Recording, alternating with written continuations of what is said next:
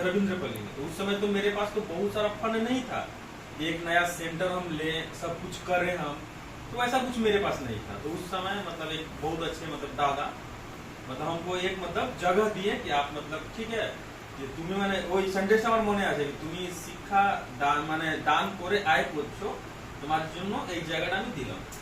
हमसे बहुत ज्यादा कुछ मतलब उस जगह के लिए बहुत ज्यादा कुछ पैसा भी नहीं लेते थे, ठीक है। तो वो चीज वहां से हमने स्टार्ट किया। तो उस समय से मतलब विदिशा जो है मेरे साथ से जुड़ी हुई है। इनका स्ट्रगल भी बहुत रहा है मतलब, ठीक है। बहुत हर हमेशा प्रीलिम्स निकलता था, मेंस नहीं होता था। इसके बाद तो फिर आपका जो है कभी कभी ऐसा हुआ है कि मतलब मेंस देने गए, ठीक है, इसके बाद मतलब फाइनली रिजल्ट नहीं हुआ। तो इस तरह के बहुत सारा प्रॉब्लम फेस किए हुए हैं। और उसके ऊपर सबसे बड़ा प्रॉब्लम सबसे ज्यादा अगर बड़ा प्रॉब्लम आया तो कोरोना आ गया। क्योंकि जिस समय इनके साथ जो लोग भी और भी प्रिपरेशन ले रहे थे, अब जिनको भी कोरोना से पहले सिलेक्शन हो गया तो वो उसका ठीक है, सिलेक्शन तो हो गया, बहुत बढ़िया एकदम। लेकिन जो जिसका मतलब मान लीजिए उस समय सिलेक्शन नहीं हुआ, अब इन लोगों का एक मतलब ग्रुप बना हुआ था, जैसे आप लोगों का भी ग्रुप है, तो उस समय मतलब उस छोटा सा सेंटर में 10 से 15 लोगों का ग्रुप हुआ करता था। उस समय मेरे पास इतना कंप्यूटर सिस्टम नहीं था। उस समय मतलब हार्ड कॉपी में हम एग्जाम लेते थे, फिल्म का एक दिन में 4 टेस्ट 5 टेस्ट लेते थे, प्रिंट आउट करा के लाते थे, इन लोगों को देते थे कि करके। अभी तो मेरे पास प्रॉपर सिस्टम हो गया, उस समय कुछ सिस्टम मेरे पास नहीं था, मतलब कोई भी कंप्यूटर नहीं था। तो उस समय से ये लोग स्टार्ट किया। अब एक चीज हम यहाँ पे बताएंगे हम कि जिस समय में आपका जो है उस फेज में कोरोना से पहले जिसका सिलेक्शन हो गया उसके लिए तो बहुत अच्छा। अब जिसका नहीं हुआ, अब उसके बाद वो कोरोना देखा, स्ट्रगलिंग फेज में कोरोना देखा, तो उसका तो और हालत खराब हो गया। मतलब उस उतना स्ट्रगल करने के बाद जो है फाइनली इनका सिलेक्शन मतलब हुआ, ठीक है। कांग्रेचुलेशन विदिशा। इन लोगों के लिए अब दो शब्द बोलिए कि आपका मतलब जैसे जब डिमोटिवेट होते थे, जब सिलेक्शन नहीं होता था, तो उस समय जो है आपका मतलब कैसे अपने आप को मतलब स्टेबल रखते थे, इसको दे दीजिए। इन लोगों के लिए चीज बताइए, ठीक। একটাই কথা বলবো যে কম্পিটিটিভ এক্সামের ফেসটা খুব কঠিন। তুমি স্টেটের পরীক্ষা দাও, তুমি সেন্ট্রালের পরীক্ষা দাও, তুমি ব্যাংক দাও, ইন্স্যুরেন্স দাও, পুরোটা খুব কঠিন, ক্লারিক্যাল লেভেলেও, অফিসার লেভেলেও। আর ডিমোটিভেশন তো আমার সাংঘাতিক লেভেলে ছিল। স্যার যেটা বললেন কোভিডের পর নোটিফিকেশন আসবে কিনা সেইটারই একটা ডিমোটিভেশন সাংঘাতিকভাবে কাজ করতো। প্রায় সময় আমি স্যারের সাথে এটা নিয়ে কথা বলতাম, স্যার এই নোটিফিকেশনটা এবার আসবে তো, আইবিপিএস বেরোবে তো, এসবিআই বেরোবে তো। তারপরে তো যাই হোক যা বেরোলো, তারপরে হচ্ছে এক্সামের চাপ আর কম্পিটিশন দিন দিন প্রচন্ডভাবে বাড়ছে। এটা মানে এরপরে যারা পরীক্ষা দেবে বা দিবি তারা এটা মানে মাথায় ঢুকিয়ে নাও, কম্পিটিশন হাই লেভেলের আসবে। কারণ বেশিরভাগই সব এমবিএ পড়ে বিটেক পড়ে আমাদের এই ব্যাংকিং সেক্টরে ঢুকছে, আর আমরা সেখানে ডিগ্রি কোর্স করেছি, ঠিক আছে। অলরেডি যারা বিটেক পড়েছে তারা ম্যাথ এবং কেউ কেউ ইংলিশে অনেকটা আমাদের থেকে এগিয়ে আছে। So it's a tough field, okay? So R demotivation এটা করতে হবে, দিনের শেষে এটা ভাবতে হবে যে আমাকে করতেই হবে, এটার বাইরে আর কিছু নেই। যেন তেন প্রকারে না আমাকে এটা করতে হবে। বাবা মা করার সুযোগ দিচ্ছে, সেটাকে যেন কোনো রকম ভাবে জাস্ট ঠিক আছে সবাই করছে কম্পিটিটিভ এক্সামের জন্য আমিও একটু করি, একটু টিসিএস এ গিয়ে পরীক্ষা দিয়ে আসি, না হলে অন্য কোথাও প্রাইভেটে ঢুকে যাবো, এরকম ভাবলে কিন্তু হবে না। মানে ইভেন আমিও এই ডিউটা পাওয়ার আগে আমিও প্রাইভেটে জয়েন করেছিলাম, কিন্তু জাস্ট সেটা একটা সোর্স অফ ইনকামের জন্য, যাতে আমাকে সারাদিন বাড়িতে বসে না থাকতে হয়, আর কিছু মানে মাথায় যেন ওটা থাকে যে যেটার জন্য নেমেছি সেটা যেন আমি পেয়ে যাই। মানে এত বছর ধরে পড়লাম, এত বছর ধরে এত মক টেস্ট দিলাম, মানে শয়ে মক টেস্ট প্রিলিমস মেন্স মিলিয়ে, তো সেটা থেকে কিছু তো একটা হতেই হবে আমার। প্রাইভেটে তো আমি চাইলে উন্নতি করতেই পারি, সব করতে পারি, কিন্তু আমি যেটার জন্য এতদিন খেটেছি সেটা থেকে কিছুই পাবো না, পেতে হবে সেটা আমি নিজেই পাবো, আমাকেই পেতে হবে এবং নিজেকে মোটিভেট নিজেই করতে হবে।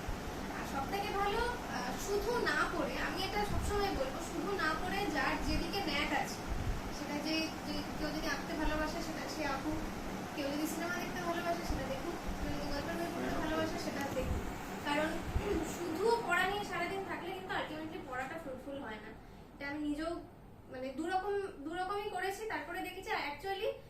সব দিক বজায় রেখে যে পড়াটা সেটাই সব থেকে বেশি এফেক্টিভ হয়। আমি নিজে প্রচুর ওয়েব সিরিজ দেখেছি, প্রচুর গল্পের বই পড়েছি, তারপরে পড়েছি। আমার মনে হয় সেইটা সব থেকে ভালো, কারণ সারাদিন পড়লে অ্যাকচুয়ালি 3-4 ঘন্টার পরে 3-4 ঘন্টা টানা পড়াশোনা করার পরে যেটা আমি পড়ছি না সেটা আর মাথায় ঢোকে না। এটা আই থিঙ্ক সবাই এগ্রি করবে। তো সেরকম ভাবে পড়ো, আর আলাদা কিছু না, কম্পিটিশন বাড়ছে এইসব মাথায় রেখেই শুধু প্রত্যেকটা মকে চেষ্টা করবে এক এক করে নাম্বার বাড়ানো। প্রথম দিন 1 বাড়াও, পরের দিন 2 বাড়াও। সঞ্জয়ও জানে এটা, ঋষিও জানে, ইভেন আমি ওদের সাথেও একই ভাবে এখানে মক দিতাম। আর একজন আছে, সে হচ্ছে ঈশান। মানে গত বছর অক্টোবর থেকে, আমার এটা মনে আছে, গত বছর অক্টোবর থেকে মোটামুটি এই বছর জানুয়ারি শেষ অব্দি রিগোরাসলি এখানে প্রিলিমস আর মেন্স এর মক চলেছে, এবং সেটাতে আমরা 4 জনেই থাকতাম, এবং আরেকজনও থাকতো, সেটা হচ্ছে নিরঞ্জন, ও তো চাকরি পেয়ে গিয়েছে। আমরা কিন্তু 5 জন রিগোরাসলি এখানে মক টেস্ট দিতাম, তাতে সবারই কিছু না কিছু লাভ হয়েছে। আমি আজকে চাকরি পেয়েছি, ওরা এই বছরই পেয়ে যাবে। ইভেন ঋষি তো অলরেডি সিলেক্টেড, সঞ্জয় এবার পিও পেয়ে যাবে, ঈশানও কিছু না কিছু পেয়ে যাবে। তো মকের সাবস্টিটিউট আর কিচ্ছু নেই। মক দাও, স্যারের উপর ভরসা রাখো, নিজের উপর ভরসা রাখো। যেখানে যা আটকাবে, দীপক স্যার আছেন, এরপরে ইন্টারভিউ সেশনের জন্য সুমন স্যার আছেন। আর কিছু আমার মনে হয় it is more than enough for any kind of job selection. তো আমি এটুকুই বলবো, নিজের উপর ভরসা রাখো, সব হবে, সবার সিলেকশন হয়ে যাবে। Thank you. चलिए, आप लोग और प्रश्न है तो पूछ सकते हैं। কথা তুমি জিজ্ঞেস করো কিছু, তোমার কিছু কোয়েরিজ বা কিছু। পরে কিন্তু এই সেশনগুলো পাবে না, মনে রাখবে, পরে আমাকে ধরবে না আর। ও শুভ্র থেকে স্টার্ট করাই ভাবি তো। ঠিক আছে শুভ্র। হ্যাঁ দিদি, যেটা হচ্ছে স্যার বলতেন যে তুমি মানে ফার্স্টের দিকে অঙ্কে একটু মানে উইক ছিলে, অনেকটাই। যাই হোক, মানে আমি জানতে চাইছি যে অঙ্কর এই যে স্পিড বা কিছু কিভাবে ডেভেলপ করবো, কিভাবে ভালো নাম্বার আসবে, যদি কিছু গাইড করো। দেখো, আমি প্রথম দিকে যে ভুলটা করতাম, বেসিক্যালি ব্যাংকিং এ, আমি যেহেতু ব্যাংকিংটা মেইন ফোকাস ছিল, প্রথম দিকে আমার একটা টেন্ডেন্সি ছিল এই টাফ ম্যাথ কোশ্চেন সলভ করা। না পারলে সারাদিন, কোথাও আমি হয়তো একটা শুনেছিলাম যে একটা অঙ্ক না পারলে সেটা নিয়ে সারাদিন বসে থাকবো। সেইটা আমার খুব আর কি লেগেছিল যে না, আমিও তাহলে সারাদিন বসে থাকবো একটা অঙ্ক নিয়ে না পারলে। তো সেটা নিয়ে প্রচুর সময় নষ্ট হতো। তারপরে স্যারকে পাঠাতাম ওই অঙ্কগুলো। তারপরে মোটামুটি দেখা যেত যে সবাই মিলে সলভ করে, ওটা হয়তো 1.5 থেকে 2 ঘন্টা টাইম লাগতো সবাই মিলে অঙ্কটা সলভ করতে। তো তারপরে স্যার বললেন যে এই পার্টিকুলার এই কোয়েশ্চেন গুলো কি মানে তোমরা পরীক্ষার হলে অ্যাটেন্ড করবে, 45 মিনিট বা 1 ঘন্টা টাইম পাবে, তাতে নিশ্চয়ই তুমি 1.5-2 ঘন্টায় যে অঙ্ক সলভ হচ্ছে সেটা নিশ্চয়ই তুমি পরীক্ষার হলে অ্যাটেন্ড করবে না। করবে তো ইজিটাই, যেগুলো অ্যাটেম্পটই করবে না, যেগুলো টাচই করবে না, সেই অঙ্কগুলো এখানে বসে সলভ করার কি দরকার, ইজিগুলোই করবো। তো মানে প্রিলিমস বা মেন্স প্রথমেই যেটা করতে হবে সেটা হচ্ছে ইজি কোয়েশ্চেনগুলো পিক আপ করতে হবে। রিজনিং বলো বা ম্যাথ বলো, আগে সেগুলো থেকে নাম্বার তুলতে হবে। তারপরে তোমার মধ্যে আস্তে আস্তে কনফিডেন্স বাড়বে, তোমার স্পিডও বাড়বে। হ্যাঁ, আর এটা তো করতেই হবে, মানে 1 হোক 2 হোক করে নাম্বার তোমাকে প্রত্যেকটা মকে বাড়াতে হবে। আর তারপর যখন দেখবে যে আস্তে আস্তে স্পিড একটু একটু করে বাড়ছে, ইজি অঙ্কগুলো করেই ন্যাচারালি তোমার 7 দিন বাদেও ইজি অঙ্কগুলো করতে 7 দিন আগের থেকে কম টাইম লাগছে, তখন তোমার কাছে টাফ অঙ্কগুলো টাচ করার একটু টাইমটা পেলে তুমি তখন সেগুলো করবে। যেগুলো হবে সেগুলো হবে, যেগুলো হবে না সেগুলো ছেড়ে দেবে, সেগুলোর জন্য স্যার আছে।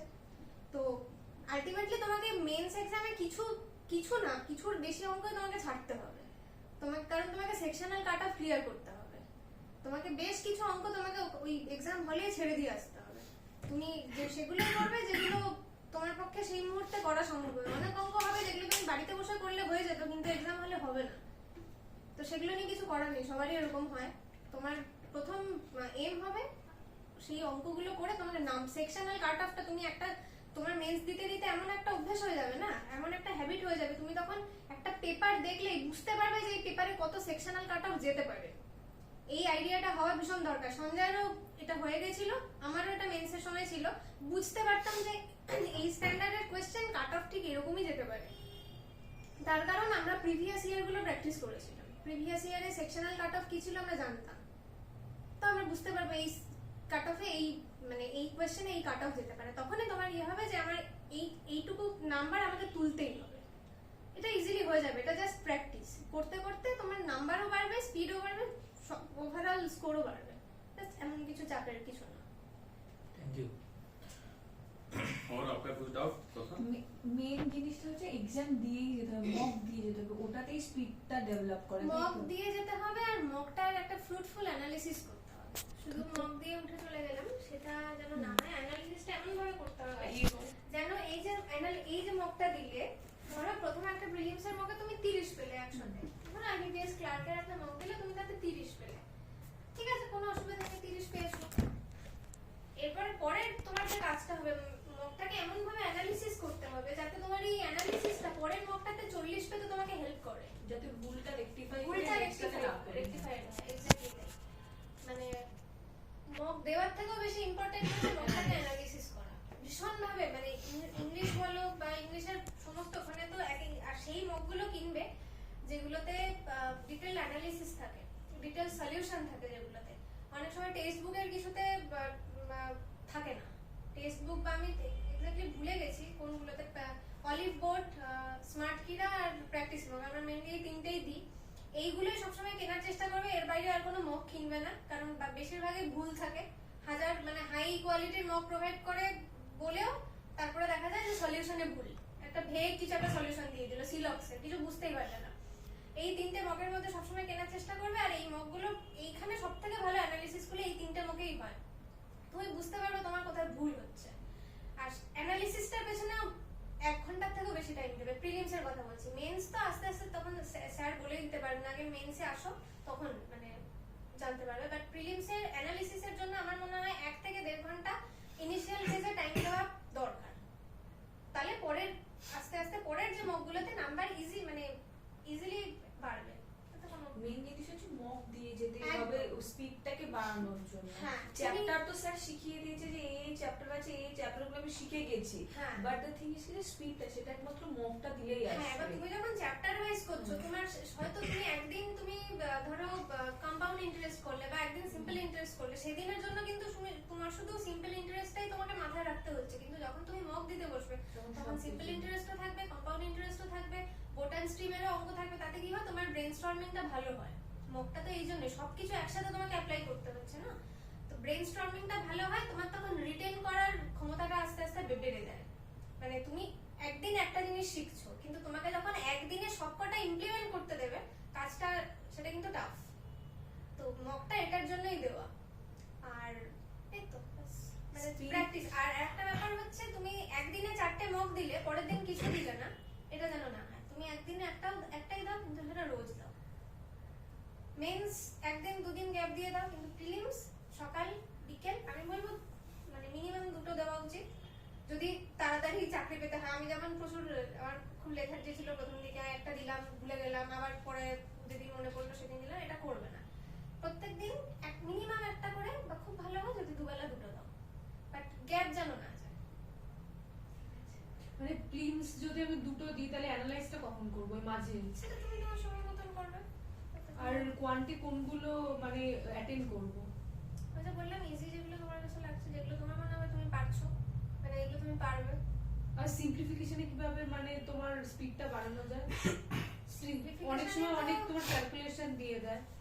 দেখো, যেগুলো বড় বড় ক্যালকুলেশন দেয় সেগুলো তো ওইভাবেই করতে হবে। কিছু সিম্পলিফিকেশনের যেমন কোনো শর্ট ট্রিক থাকে না, সেগুলো খুব রেয়ারলি থাকে। এখনো পর্যন্ত আমি দেখিনি যে মানে প্রিলিমসের মানে অ্যাকচুয়াল এক্সামে প্রিলিমসে বিশাল কিছু একটা টাফ সিম্পলিফিকেশন দিয়েছে। ওগুলো মকে তোমার দেওয়া থাকে, ওটা একটু মানে ওগুলো যদি প্র্যাকটিস করো তোমার তাহলে টেস্টে অ্যাকচুয়াল টেস্টে তোমার উপকারী হবে। কিন্তু অ্যাকচুয়াল টেস্টে এত কঠিন সিম্পলিফিকেশন আমি কখনো পাইনি, যেগুলো এখন স্মার্ট কিরা বা ইয়েতে দেয়। অ্যাকচুয়াল এক্সামে আমি কখনো দেখিনি, আমরা বোধহয় দেখিও নি না, এত টাফ দেয়। আর সিম্পলিফিকেশন তো ওই মানে কি বলবো, টেবিলগুলো মনে রাখতে হবে। টেবিলগুলো যদি তুমি তোমার লিখতে বসো, গুণ করবো, এটা কত হবে, ওইগুলো লিখতে বসলে টাইমটা অনেকটাই খেয়ে যায়। ব্রেনে মাইন্ড ক্যালকুলেশনটাই বেশি এফেক্টিভ হয়, কারণ লিখতে গেলে তোমার মাথাও চলছে হাতও চলছে, তাতে টাইম বেশি লাগছে। আর শুধু যখন তুমি মাইন্ড ক্যালকুলেশন করছো তখন তোমার শুধু মাইন্ড চলছে, তো ইজিলি তোমার টাইম কম লাগবে। আর টেবিল মনে রাখা আর পার্সেন্টেজ কনভার্সন যেগুলো স্যার লিখে দিয়েছিলেন, রেশিও, ওগুলো মনে রাখলে আমার মনে হয় এনাফ। থেকে বেশি কিছু লাগে না। আর মকের অ্যানালিসিস কিরকম ভাবে করতে? बोलिए बोलिए প্রিলিমস হচ্ছে তোমার হ্যাঁ। মানে খুব স্ট্রং একটা हाँ জায়গা। आपका जो स्ट्रॉन्ग क्वेश्चन মানে প্রত্যেকবার তুমি প্রিলিমস ক্র্যাক করেছো তো অবভিয়াসলি মানে যেভাবে তুমি স্ট্র্যাটেজি তোমার যা স্ট্র্যাটেজি আছে সেটা হচ্ছে বেস্ট, তো সেটা একটু বলো। দেখো একটা क्योंकि आपका कोई भी प्रीलिम्स छूटा नहीं है, सब निकला। হ্যাঁ হ্যাঁ আচ্ছা, ওই মকের প্রথমে হচ্ছে কোয়েশ্চেন চুজ করাটা একটা আমার মনে হয় প্রিলিমস মেন্স দুটোর জন্যই খুব খুব ক্রুশিয়াল একটা জিনিস। কোন কোয়েশ্চেনটা আমি পারবো, ওই স্ক্যান করে নেওয়া কয়েক সেকেন্ড একটা কোয়েশ্চেন যে স্ক্যানিং, ওইটা খুব দরকার। এই 30টা কোয়েশ্চেন বা 35টা কোয়েশ্চেন, যদি ম্যাথের ক্ষেত্রেই বলি 35টা কোয়েশ্চেন একদম প্রথম থেকে শেষ অবধি একবার দেখে নিয়ে ওই মার্ক ফর রিভিউ করে করে বেরিয়ে যাওয়াটা ওগুলো তো অনেকটা টাইম চলে যাবে। না, ওটাতে তোমার ব্রেনটা আরেকটু এগিয়ে যাবে। না তুমি মানে যখন- যদি একটা 35টা কোশ্চেন আছে, হ্যাঁ হ্যাঁ এবার ভাবো যে 5-6 আমি সেকেন্ড লাগে। 5-6 সেকেন্ড। এবার দেখ এর মধ্যেও তুমি সেগ্রিগেট কি করে করবে। 10টা অ্যারিথমেটিক আসবে তুমি জানো, ঠিক আছে? কম খুব বেশি হলে 3টে ডিআই, কম হলে 2টো ডিআই দেবে।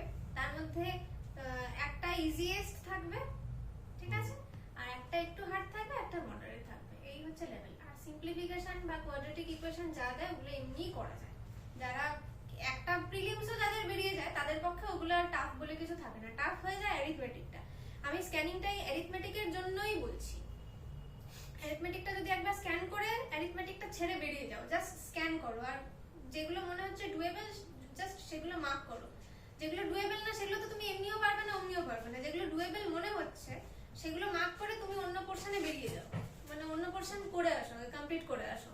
তারপরে যখন টাইম থাকবে তাহলে তোমার তখন কি হবে, ওই যে বাছার কাজটা তো তুমি আগেই করে রেখেছো না। তোমার ওই বাছার কাজটা মানে অ্যারিথমেটিকের কোয়েশ্চেন সিলেকশনের কাজটা আর পরের জন্য আর বাকি থাকলো না। ধরো 2 মিনিট টাইম আছে, তুমি দেখলে এত কিছু করার পর 2 মিনিট টাইম আছে, তখন তোমার কি হবে? তখন তো তুমি আর ওই সিলেক্ট করার টাইমটা তোমার আর যাচ্ছে না। ফটফট করে যেগুলো ওই তুমি তো মার্ক করে রেখে দিয়েছো, ওর মধ্যে থেকে 2-3টে কোয়েশ্চেন তো ইজিলি হয়ে যাবে, তোমার নাম্বার এমনি বেড়ে যাবে ওখানে। লেকিন মানে আগে তো মানে 35টা কোশ্চেন আছে, তো আগে দুটো অ্যারিথমেটিক থাকে, মাঝখানে মানে সিরিজ ওয়াইজ তো থাকে না, তো তাহলে তো 35টাই কোশ্চেন পুরো আগে দেখে নিতে হবে আমাকে। তুমি স্ক্রল কি বলো ওটাকে, ক্লিক করতে করতে যাবে, next Next, 7 seven next next. করতে করতে যাবে। তোমার যেখানে অ্যারিথমেটিক আসবে সেখানে তুমি ক্লিক করবে, মার্ক ফর Mark রিভিউ করবে। করবে। মাঝখানে সিম্পলিফিকেশন আসলে তো সিম্পলিফিকেশন তো তোমার এমনি সলভ হয়ে যাবে।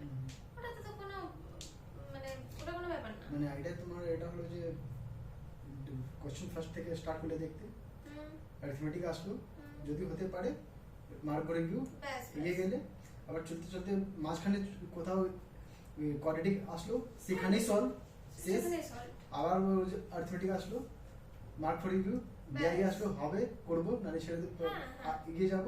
আবার মানে এটা না যে আগে সব দেখে নেব, না, চলতে থাকবো, যে হবে করবো, নাহলে অ্যারিথমেটিক আসলে মার্ক। মার্ক।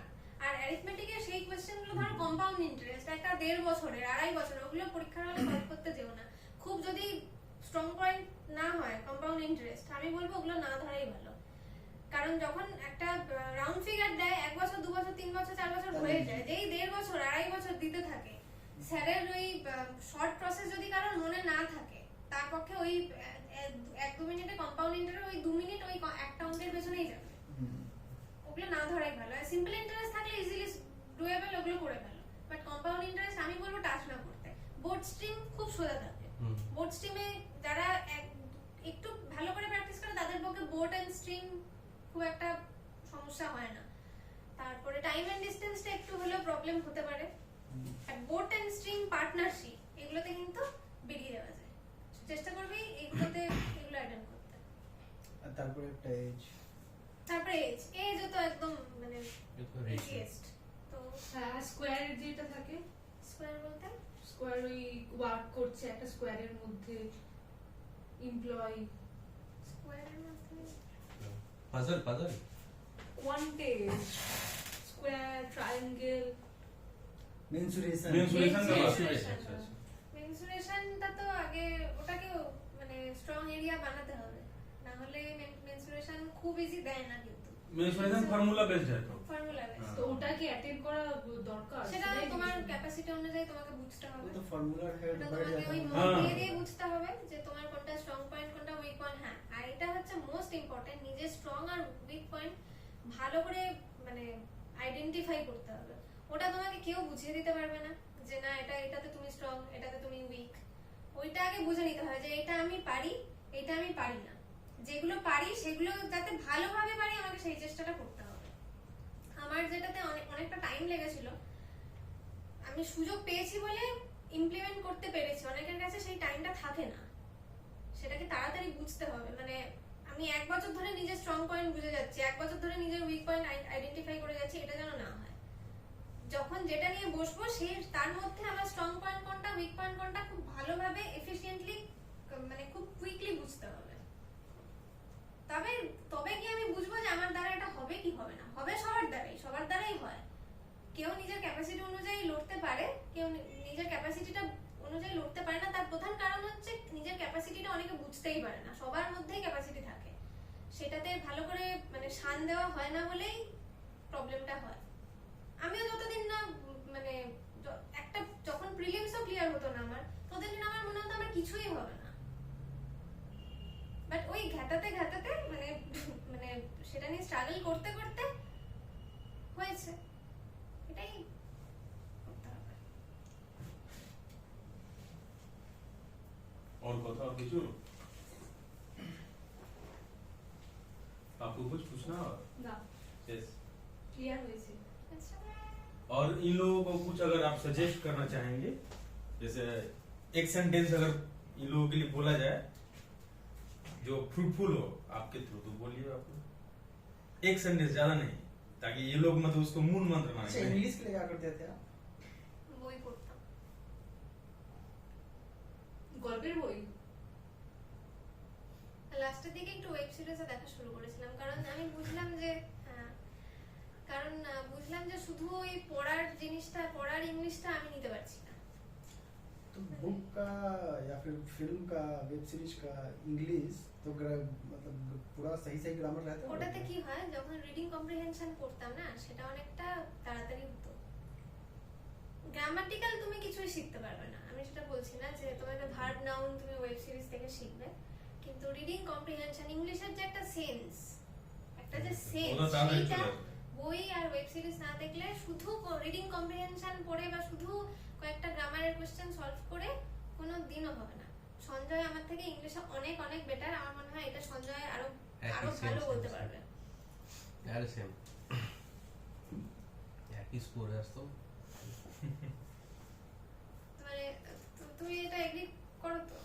হ্যাঁ, ওটা রিডিং কম্প্রিহেনশনের জন্য ওই রিডিং স্পিডটাই দরকার। হ্যাঁ, আর গ্রামারের জন্য তো তোমার তো বই আছে, সেটা তুমি মক আছে তুমি নিতে পারো। বাট আমি বলবো রিডিং কম্প্রিহেনশনের জন্য মানে নিজে তাড়াতাড়ি ইংলিশটা পড়া, ইংলিশটা মাথায় ঢোকানো, আর উচ্চারণ না করে পড়া, মনে মনে পড়া। মানে আমি যদি লিপ মুভিং করাই না, তাহলে কম্প্রিহেনশনের টিসিএস থেকে স্পিড বার কমে করে যায়। দেবে। হ্যাঁ, টিসিএস থেকে বার করে দেবে। না না সেটা না, সেটা জোরে জোরে পড়া না। অনেকে আমি মনে মনে পড়লে অনেকে যেমন ঠোঁট নড়ে, সেটাতে স্পিড কমে যায়। তুমি হ্যাঁ। দেখবে তুমি জাস্ট ঠোঁটটা বন্ধ করে যখন তুমি পুরো রিডিংটা পড়বে, তুমি দেখবে অনেক টাইম কম লাগছে।